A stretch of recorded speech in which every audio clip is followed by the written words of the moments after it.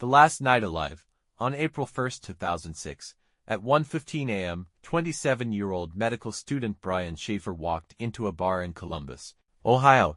Security cameras captured him entering with a smile, relaxed, chatting, excited for the night ahead. It was the start of spring break, and after weeks of exhausting exams, Brian needed a break more than ever. But within just a few hours, Brian would vanish from this building without a trace. No exit on camera, no witnesses, no clues that made any sense. He walked into a bar, and never walked out. Cut to context. Brian wasn't just another student out drinking, he was grieving. Just 3 weeks earlier, his mother Renee Shaffer had died from a long battle with cancer. Her loss devastated him, but he kept going, determined to become a doctor, to honor her memory. His friends said he seemed tired, withdrawn, but hopeful. He had a girlfriend, Alexis Wagoner, and he was planning something huge, a surprise trip to Miami, where he intended to propose. The night of April 1st wasn't supposed to be dramatic. It was supposed to be fun, a distraction from the grief he'd been living with for months. Cut to scene. Brian meets with his friend Clint Florence. They start bar hopping, 2 bars, 3 bars, several shots. Witnesses say Brian seemed relaxed, maybe even too relaxed, but not drunk enough to be incapable of walking out. At 1:15 a.m., the cameras catch him entering the Ugly Tuna Saloona, a second-floor bar in the South Campus Gateway.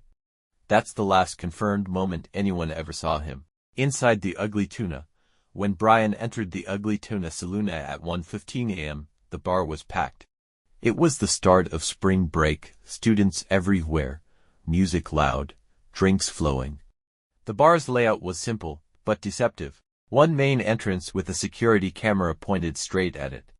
A service exit in the back used only by employees, and a construction zone outside that made leaving unnoticed almost impossible. Brian met 2 women inside the bar. Security footage shows him talking, leaning in, smiling. Nothing unusual, nothing that suggested danger.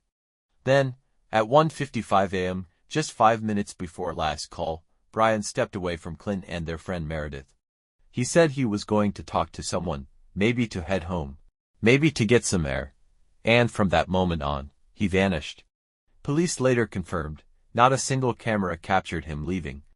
Not through the front, not through the service exit. Not down the escalator, not through the construction area. Brian walked into the bar, but the cameras never show him walking out. The security camera mystery. Detectives reviewed the footage thousands of times. Frame by frame, zoomed, enhanced, slowed down. They watched every single person entering and exiting the bar, and confirmed identities for almost all of them, everyone, except Brian. The theory that he put on a disguise, a hoodie, a hat, anything, was quickly dismissed. The cameras still would have caught his shape, his movement, his silhouette. But there was nothing, not even a blurry figure that matched his height. Investigators looked into blind spots. Yes, there were small gaps in camera coverage, but none were large enough for a grown man to slip through without detection. The Ugly Tuna was on the 2nd floor. The exits were limited. The angles were covered. For Brian to leave unseen, he would have needed to know the blind spots, or he never left the bar at all. This is the moment the case transformed from a disappearance into a mystery. The search begins. When Brian didn't show up the next morning, no one panicked. Maybe he stayed at a friend's place.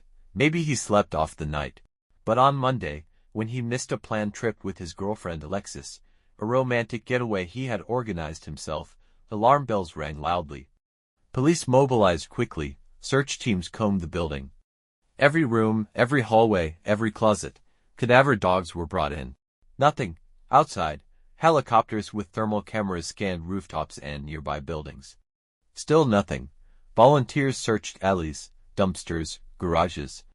Officers checked hospitals and morgues. Nothing. It was as if the ground opened up and swallowed him. Brian's father, Randy Shaffer, posted flyers all over Columbus. He walked miles every day, searching through abandoned lots. He was desperate, and he was heartbroken. Suspicious behavior. As investigators dug deeper, they turned their attention to Brian's friends. One person stood out, Clint Florence. Clint was the last person to see Brian alive. He was with him the entire night, up until the moment Brian stepped away. Clint refused to take a polygraph. He hired an attorney. He avoided contact with police. And eventually, he stopped cooperating altogether. Brian's father openly stated he believed Clint knew more than he was saying. Meredith, another friend who was with them that night, took a polygraph and passed. Clint never did. To this day, many believe his behavior is one of the biggest red flags in the entire case. But suspicious isn't the same as guilty, and without evidence, police were stuck. Theories. What happened to Brian? Over the years, several theories have emerged. Each one darker than the last. Theory 1. He walked out unnoticed. But after reviewing every frame of footage, police say this is nearly impossible. Theory 2. Foul play inside the bar. Did someone harm Brian inside the Ugly Tuna? The bar was crowded, yet no one saw anything. No blood. No signs of a struggle. Theory 3. Voluntary disappearance. Some say grief pushed Brian to run away. But he was planning a trip with his girlfriend. He was preparing to propose. He had medical school, a future, a life he was working toward. Theory 4. The construction site. Could Brian have fallen into the construction shafts outside the bar? Police searched. Nothing. Theory 5. The friend theory. Did Clint know something? Did he help Brian leave? Or did something happen between them? To this day, Clint maintains his innocence. But without his cooperation, the truth remains locked away. The phone call that shouldn't exist. Months after Brian disappeared, his girlfriend's phone rang.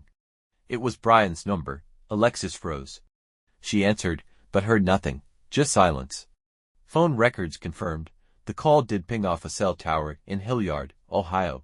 Experts later claimed this could have been a phantom call, a glitch when old phones connect briefly to the network. But tell that to Alexis. She believed he was alive, trying to reach her, somewhere out there. The call remains one of the most chilling pieces of the case. Randy's fight for his son. While police struggled with dead ends, Brian's father, Randy, never stopped searching. He visited psychic investigators. He paid for private detectives. He put up billboards statewide. He walked through forests alone. He searched under bridges, in abandoned buildings, anywhere his son might be. Randy said, "I won't rest until I find Brian, alive or not." But in 2008, tragedy struck. Randy was killed in a freak accident while cleaning storm debris in his backyard. He died never knowing what happened to his son. A memorial was set up next to his grave. Someone vandalized it, writing disturbing messages about Brian. To this day, no one knows who did it, or why. Leads that went nowhere. The years passed.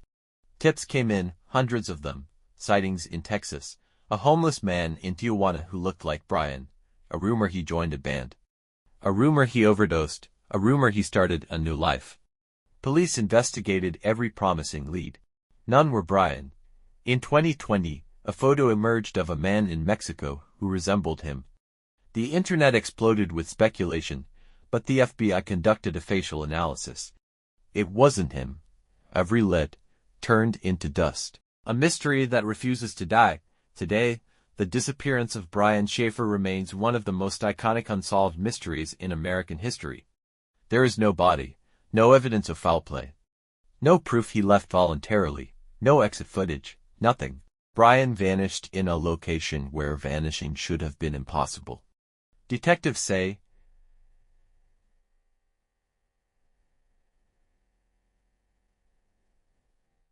every answer creates more questions. His girlfriend still wonders. His brother still hopes. The internet still searches. And the Ugly Tuna Saloona, the last place Brian was ever seen alive, has since closed. But the mystery inside its walls continues to haunt Ohio. Brian Shaffer walked into a bar and disappeared from the world.